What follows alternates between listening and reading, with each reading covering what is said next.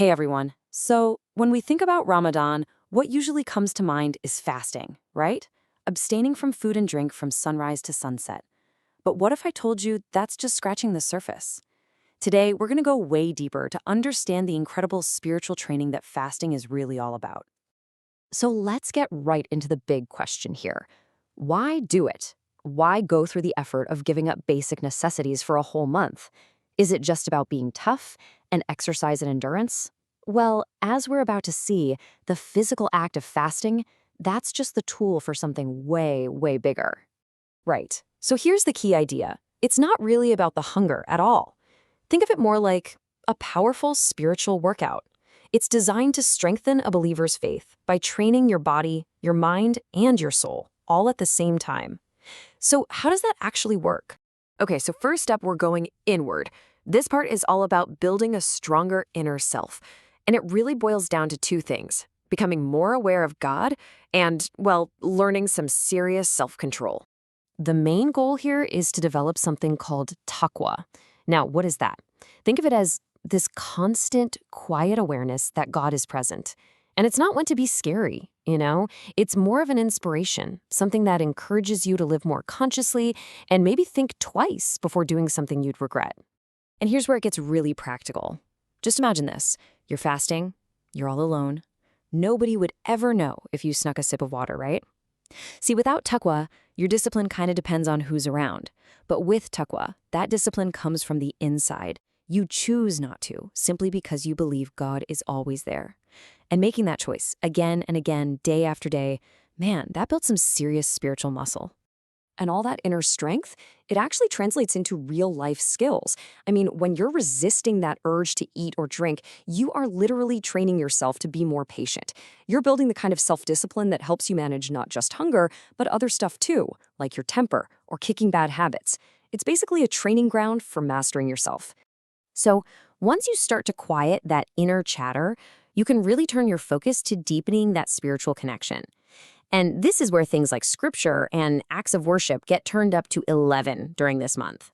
You see, Ramadan is the month the Qur'an was first revealed, so naturally there's a huge focus on reading and reflecting on it. But it's more than that.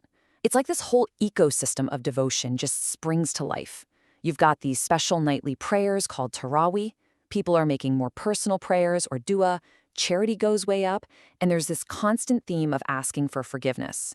It's a full-on spiritual deep dive. All right, but this spiritual work isn't just about what's happening on the inside. The whole point of fasting is also to have this huge outward effect, turning that personal experience into real-world compassion.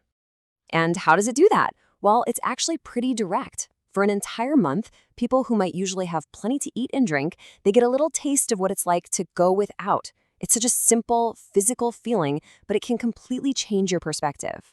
And that feeling of hunger, it has a very specific purpose: to build empathy. It's a powerful physical reminder of what millions of people go through every single day. And that experience, it often becomes the spark for so much generosity and charity. It connects your personal act of worship to the needs of the whole community.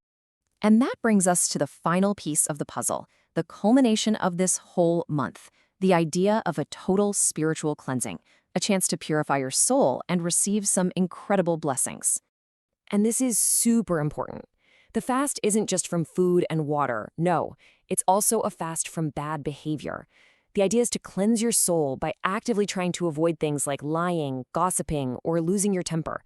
By focusing on doing good and staying away from the bad, you're really working on purifying your heart and making your faith stronger. And get this, tucked away inside this month is a night of unbelievable spiritual value. It's called Laylatul Qadr, or the Night of Power. It's believed that worship on this one single night is better than worshiping for over 1,000 months. Just let that sink in. That's over 83 years. To experience a night like that, well, you can see how it could completely transform someone's faith.